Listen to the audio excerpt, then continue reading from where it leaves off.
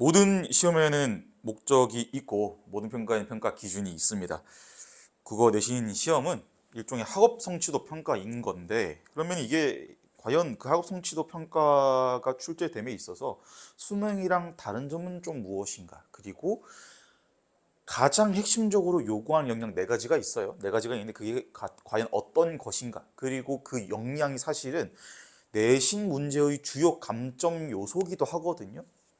그러니까 사실상 내신 문제는 특정 킬러 문항들을 제외하고는 이렇게 어려운 걸 맞출 수 있냐의 문제보다는 나머지 문제들을 너가 다 방어해낼 수 있냐, 그러니까 맞춰낼 수 있냐, 뚫어내는 게 아니고 막아낼 수 있냐의 시험에 조금 더 가깝다고 저는 생각을 해요. 그래서 조금 중요하게 보는 거 당연히 일단 첫 번째는 당연히 지식이겠죠. 국어적 혹은 국문학과 연관된 지식일 것인데, 여기서 말하는 지식은 학교 수업 내용을 말하는 거예요. 학교 수업 내용. 그러니까 당연히 수업 강의 내용 혹은 뭐 학습지, 그리고 시험 범위 작품들이 될 것인데, 당연히 이 작품, 문법 개념, 학습지의 내용 숙지가 얼마나 잘 되어 있나, 특히나 내신 시험 특유의 이제 지엽적인 부분, 그러니까 우리가 교과서나 자습서에서 봤을 때 이거 별로 중요하지 않아 보이는데 왜 옆쪽에 붙어 있으니까 별로 안 중요해 보인다 싶은 개념들이 문제로 나오는 경우가 당연히 많거든요. 그래서 그런 부분들을 얼마나 꼼꼼하게 알고 있냐에 대한 역량인 거죠. 그러니까 가장 기초적인 거고, 사실은 이 공부를 했냐 안 했냐 정도를 변별하는 문제를 맞추려면 그냥 이제 지식, 특히 시험 범위의 수업 내용에 대한 지식이 얼마나 풍부한지가 결정을 한다라는 거예요. 우리가 다 알고 있는 그 부분입니다. 두 번째는 사실 저거면 요구하지 않거든요. 실력이에요. 제가 조금 이제 우리가 일상적인 단어로 이야기하면 실력이라고 말할 수 있겠고, 조금 더 엄밀한 단어로 이야기하면 독해력이라고 이야기를 하는 게 맞을 것 같아요. 독해력. 그러니까 특히 외부 지문에 대한 대응력.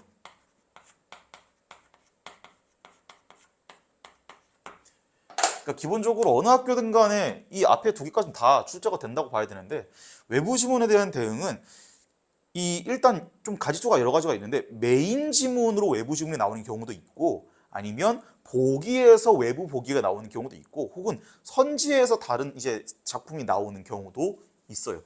그 중에서 이제 가장 우리가 좀 흔하게 보이는 거는, 흔하게라기보다는 조금 뭐랄까요, 까다로운 것들 몇 가지를 얘기를 해보면, 외부 보기의 경우에요. 네, 이 경우는 일종의 잠재력이 좀 있다고 해야 돼요. 고난도 문제가 될 잠재력이 있는 건데, 왜 그러냐면 이게 보기를 줬다라는, 외부 보기를 줬다라는 건 새로운 기준과 해석, 그 보기에서 제시한 새로운 기준과 해석에 맞춰서 그 작품을 다시 이해할 줄 알아야 된다는 거예요. 그러니까 앞에서 수업에서 많이 이야기했던 내용을 인지하고 이해한 것만으로는 부족한 거고, 외부 보기를 보고 새로운 뭐 역사적 맥락이나 혹은 당시 사회적 맥락을 고려해서 다른 관점으로 또 읽을 수 있는지, 혹은 다른 기준에 맞춰서 대응시켜서 또 읽을 수 있는지를 물어보는 거거든요. 근데 다행히 이게 수능 모의고사 내신 공통적으로 보기 문제들은 사실상 어떻게 대응을 시킬 것이냐에 대한 문제라고 이해하시면 될 것 같아요. 보기에 있는 단어나 개념들, 내용들이 있고, 관점 혹은 관점들이 있고, 이게 본문과 무슨 부분이 대응이 되는가, 어떤 단어가 대응이 되고 어떤 개념 혹은 장면이 대응이 되는가가 사실 핵심이라고 보면 될 것 같아요. 그리고 이제 뭐 당연히 조금 이제 고민하고 있는 사람도 있을 건데, 만약에 시험에서 보기를 줬으면 보기를 먼저 읽고 지문을 읽는 게 훨씬 더 도움이 되는 경우가 많아요. 간혹 보기를 읽고 나서 이게 지문을 읽을 때 보기가 약간의 편견처럼 작용하는 경우도 있긴 있거든요. 그런데 솔직히 말하면 그 경우가 그렇게 많지는 않고, 두 번째로 이게 보기를 내가 읽을 때 편견으로 이게 일종의 선입견이 되면 안 되겠구나라는 인지만 있으면 그런 리스크는 사실 어느 정도 통과할 수 있기 때문에 보기를 먼저 읽고 지문을 읽는 게 당연히 훨씬 더 유리할 것입니다. 어쨌든 그래서 이 외부 지문 대응 능력까지 있어야, 그러니까 이 앞에까지는 너가 시험 대비를 얼마나 열심히 했니를 물어보는 거고, 이 부분은 너가 실제로 국어 실력이 얼마나 좋니를 물어보는 거예요. 그러니까 여기가 이제 우리가 흔히 얘기하는 이 순수 피지컬, 뇌지컬 뭐 이런 영역이겠죠. 근데 여기서 좀 중요한 얘기를 해야 되는데, 이 부분은 내신 시험 기간 때 잠깐 한다고 길러지는 게 절대로 아니에요. 당연한 거예요. 역량이에요. 역량, 힘이에요. 그러니까 헬스처럼 꾸준히 해야 되는 거지. 이게 만약에 시험 기간 한 달 혹은 7주, 8주, 한 달 반 정도 해서 반짝한다고 독해력이 쌓이면 당연히 납득도 힘들고 당연히 이해가 안 되잖아요. 당연히 당연히 독해력이 길러지지가 않겠죠. 현실적으로. 그죠? 그래서 이 부분은 역량을 보는 대목이어서 시험 기간에만 대비하는 것으로는 충분하지 못하다. 네, 실력은 그래서 역량을 보는 부분이기 때문에 시험 기간에만 반짝 공부해서는 절대로 맞출 수 없는 유형의 문제들입니다.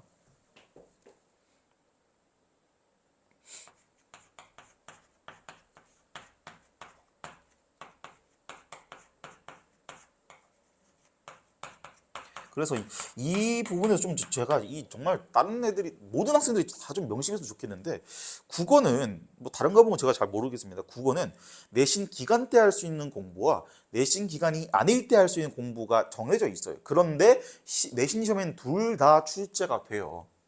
이게 지금 당연히 독해력을 보는 것들이 내신 기간에 대비 못하는 부분이겠죠. 왜냐하면 개강을 했고 진도를 나가기 시작하면 우리가 수동적 공부밖에 못해요. 그러니까 선행 같은 거 못한다라는 거지. 왜냐하면 무슨 작품이 나올 줄 어떻게 알고 미리 먼저 해놓겠어요. 문법을 제외하면.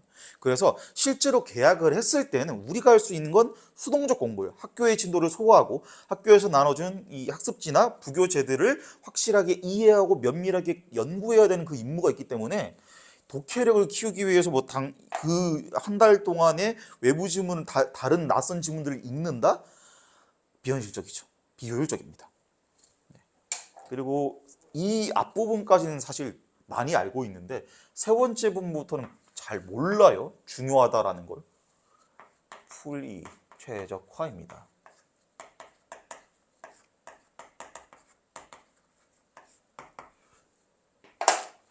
저게 왜 중요하냐면 시간 때문이에요. 시간.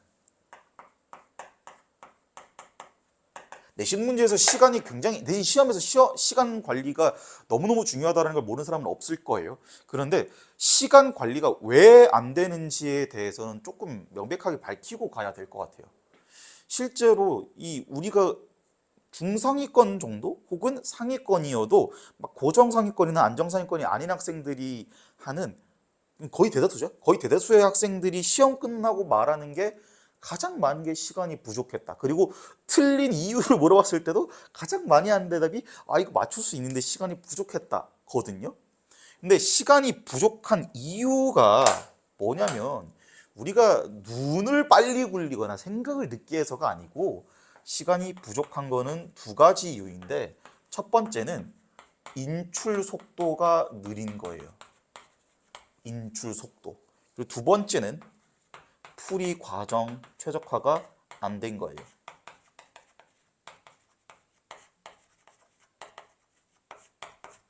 그러니까 인출 속도가 느리다라는 건 특정 개념어나 문법 개념이나 어떤 문학 개념어를 봤을 때 내가 머릿속에 알고 있는 게 툭 치면 뿅 나올 정도로 공부가 되어 있어야 한다는 걸 의미하거든요. 그러니까 그냥 알고 있는 거 말고 우리가 진짜 흔히 얘기하는 툭 치면 나오는 정도. 이게 과잉학습이 되어서 그냥 1번 쓱 보고 뭐더라? 이거 맞네. 이렇게 고를 수 있는 거 말고 1번 보자마자 당연히 생각할 것도 없이 동그라미지. 2번 버전을 바로 꺼야지. 이 정도로 이야기하는 거예요. 그러니까 알고 있다랑 인출 속도가 빠르다는 다른 문제거든요. 근데 많은 학생들이 이 인출 속도가 사실 그냥 학습됐다랑 구분을 안 하는 경우가 너무 많아요. 그러니까 학습을 완료했다라는 건 그냥 그 개념을 알고 있다라는 거고, 우리가 시험을 대비하는 입장에서는 정해진 시간 안에 정확하고 빠르게 풀어내야 하는데, 그러려면 인출 속도가 확보가 되어야 하거든요. 그런데 인출 속도가 빨라지려면 그냥 아는 걸로는 부족하고 과잉학습이 되어서 툭 치면 뿅 나올 정도로 확 이 생각을 거치지 않고 이성적 계산을 거치지 않고 뿅 나올 정도로 반복을 많이 해놔야 인출 속도가 빨라지는 거예요. 그래서 시간을 거기서 우리가 아끼는 거예요. 단순히 생각을 빨리 하겠다고 하면은 실수가 많아지기 때문에 정확도가 떨어집니다. 두 번째는 풀이과정 최적화가 안 돼 있는 경우를 얘기하는 건데, 이게 쉽게 말하면 무슨 소리냐면은 우리가 선지를 독해를 하고 보기를 독해를 하고 발문을 독해를 하고 보기를 독해를 하고 선지를 독해를 하면 그 다음에 해야 되는 것들은 사실 그러면 이 문제에서 어떤 걸 요구하는 거구나를 알아내야 하는 거거든요. 그러면 그 다음에 우리가 할 거는 정해져 있죠. 그러면 이렇게 생각해서 저 선지 이렇게 판단하고 나머지 이렇게 판단하고 최종 선지 이렇게 고르면 되겠다라는 건데, 이 과정이 문제 유형마다 거의 알고리즘처럼 고정이 되어 있어야 해요. 그러니까 이미 정해져 있어야 된다는 거야.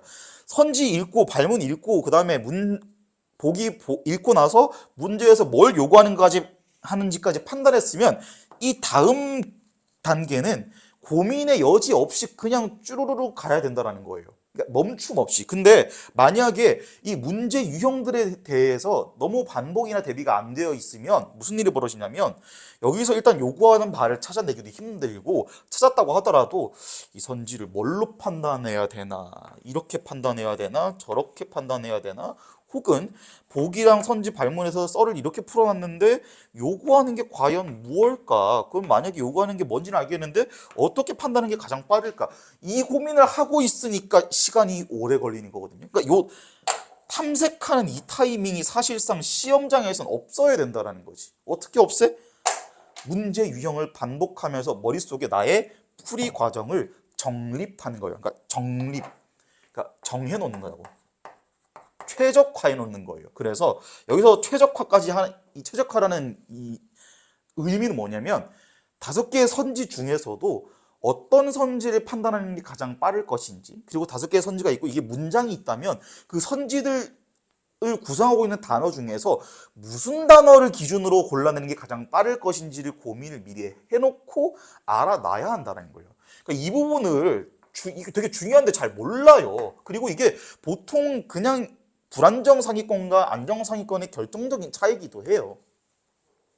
그래서 이 두 가지가 문제가 됩니다. 풀이 최적화가 안 되어 있으면 시간이 부족하다라는 이 이유로 보통 설명이 되는데, 실제로는 시간이 문제가 아니고 풀이 최적화가 되지 않은 거예요. 그러니까 문제를 풀 때 목적의식을 가지고 풀어야 되는데 그냥 무지성 양치기, 그러니까 무지성 공부하면은 그냥 노동이에요. 그 공부가 아니고 노력이 아니고 노동이 되는 건데, 내가 이제 문제를 풀면서 이런 문제들은 이런 방식으로 이런 순서로 풀고 저렇게 판단하는 게 가장 빠르구나를 머릿속에 이 방법론들을 날카롭고 일관적으로 정해놔야겠다라는 생각으로 양치기를 했을 때 그게 파괴력이 있는 거지, 그냥 무지성으로 무지성으로 풀어대기만 하면은 이 문제가 성적이 오른 거에 도움이 되는지 안 되는지도 모르고, 성적이 오르더라도 무슨 문제가 도움된 건지도 모르고, 왜 오른 건지도 모르고, 왜 떨어지는지도 모르는 상황이 발생하는 거죠.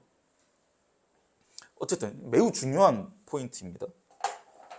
그리고 마지막은 함정 변별력이에요.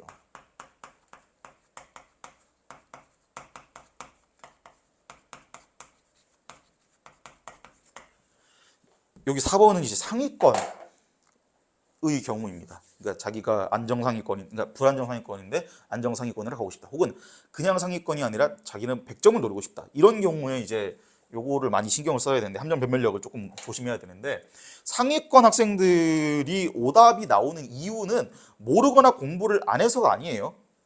낚여서 틀리는 거거든요. 그러니까 예를 들면은 말 바꾸는 거, 뭐 인과관계 바꾸는 거. 그리고 실제로 이제 출제가 되던 케이스인데 지문에서 어떤 수치가 10%라고 얘기했는데 선지에서 어떤 수치가 1%라고 이야기를 했어요.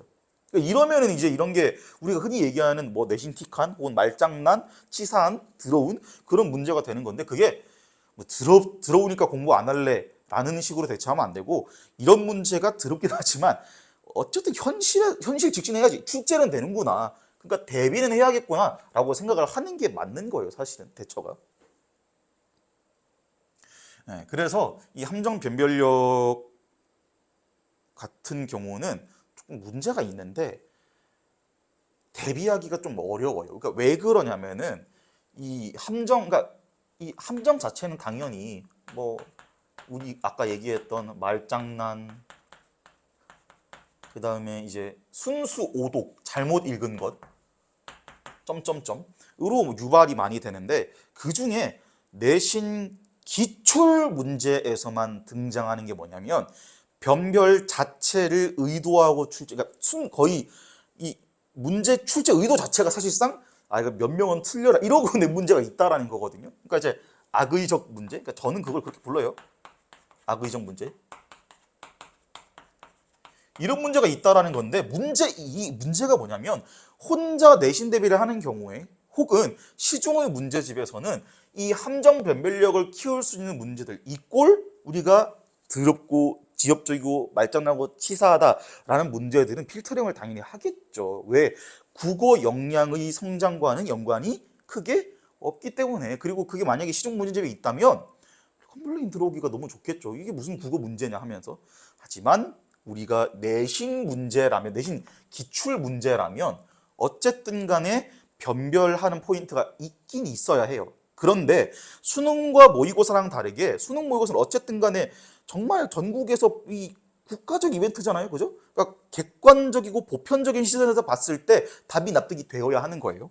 근데 내신의 경우는 아까 말씀드렸다시피 학업 성취도의 문제여서 만약에 이게 교육과정이나 혹은 자습서에서 조금 중요하지 않아 보이게 다뤘더라도 학교 수업하시는 선생님께서 내가 이 부분 되게 중요하게 얘기했으니까 저거 변별 포인트로 출제해야지 라고 하시면 우리가 보기에는 함정을 판 것처럼 보이지만 사실은 얘가 공부를 열심히 하는 것 같기는 한데 단순히 학원에서만 열심히 하는 거 아닌가?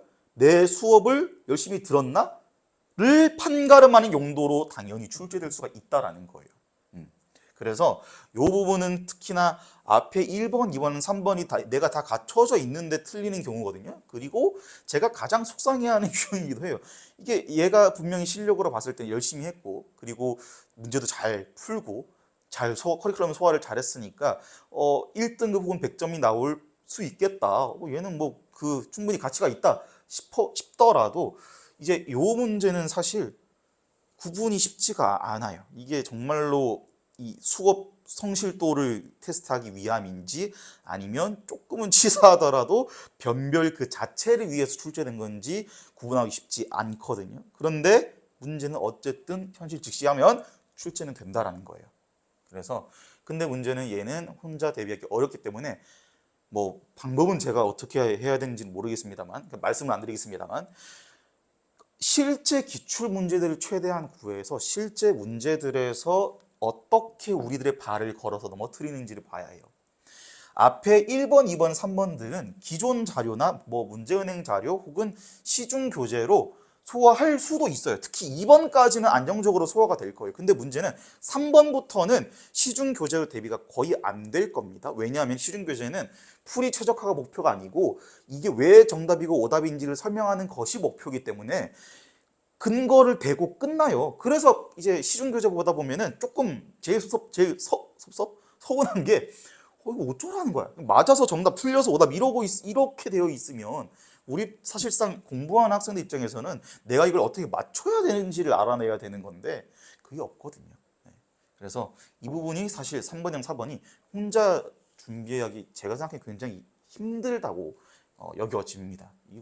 이게 뭔가 노력의 문제가 아니라고 저는 생각을 해요. 특히나 풀이 최적화의 경우에는 많이 풀어보고 내 풀이가 여기를 조금 더 헛손질을 안 할 수 있지 않을까라는 고민이 필요한데 그 고민을 해야 한다는 인지조차 안 되는 경우가 많아요. 네.